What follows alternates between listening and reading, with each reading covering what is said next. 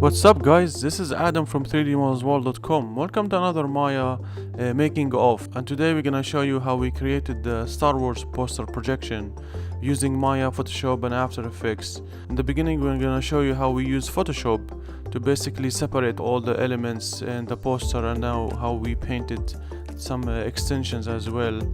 And after that we're gonna go into Maya and we're gonna show you guys how we did the render passes and some of the projection shaders as well, and what we used. It's gonna be a quick overview, but we're gonna have links in the description for a more detailed tutorial that talks about camera projection. So without further delay, please check the video and enjoy.